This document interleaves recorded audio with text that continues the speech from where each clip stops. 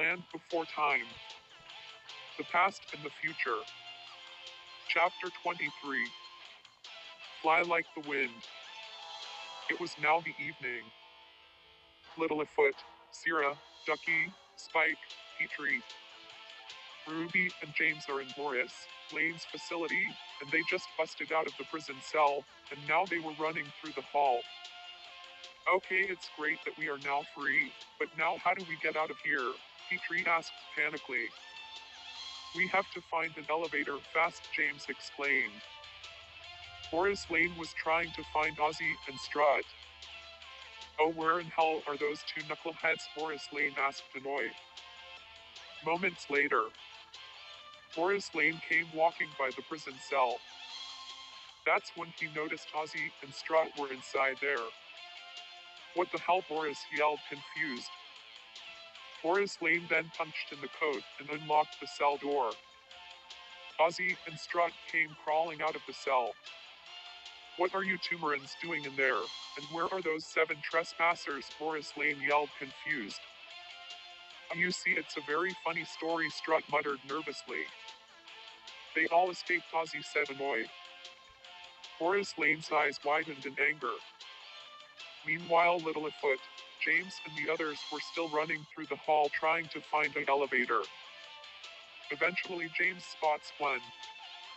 Over there, come on, hurry up, James yelled panically. As they were approaching the elevator, the security alert went off. Littlefoot, James, and the others stood still in fear. What is that? Littlefoot asked panically. Whatever it is, it's very loud, Ruby said, annoyed.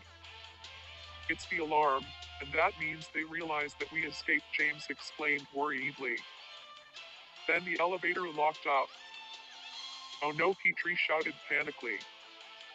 Now this whole place is under shut down. We have to find another way out. Follow me, James yelled panically. Littlefoot and the others followed James down the hall. Intruders alert, intruders alert. There are 7 intruders on the loose. Go find them and capture them at all costs, Boris Lane announced through his microphone. Moments later, Littlefoot, James, and the others ran into a large glass window. This might be our only way out. We have to jump out, James explained. Are you crazy? This height will kill us, Sierra yelled, confused. Shut up, Sierra, let him finish, Littlefoot yelled, annoyed. As in when we jump, we take off in the air, as in flying, James explained. Oh right, of course, Petrie said excitedly. Yay, but only one of us can fly, and that is Petrie, Sierra yelled, annoyed. I know that. That's why I came up with this, James explained. James pulled out a jetpack that has wings. Whoa, Littlefoot, Sierra, Ducky, Spike, Petrie, Ruby gasped in amazement. Me and Petrie are going to carry you all, James explained. How? There's no way you two can possibly carry all 5 of us, Littlefoot asked worriedly. Not to worry, Littlefoot, James explained. James pulled out metal jump cables. What are you going to do with those? Ducky asked, confused. Moments later, Littlefoot, Sierra, Ducky, Spike, Ruby were all tied up to both James's and Petrie's body. All right, listen up very carefully. On the count of 3, me and Petrie bust out this window and take off into the sky, and you 5 will hold to those jump cables for dear life. You got it, James explained. Yes, we got, Littlefoot yelled nervously.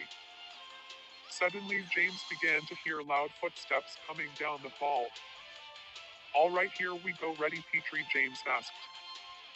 Ready as I'll ever be, I guess, Petrie yelled nervously. 1, 2, 3, go, James shouted panically as he and Petrie bust through the window. James turned on his jetpack and began flying alongside Petrie into the air. Grab the cables, James yelled panically. Littlefoot and the others grabbed and held onto the cables.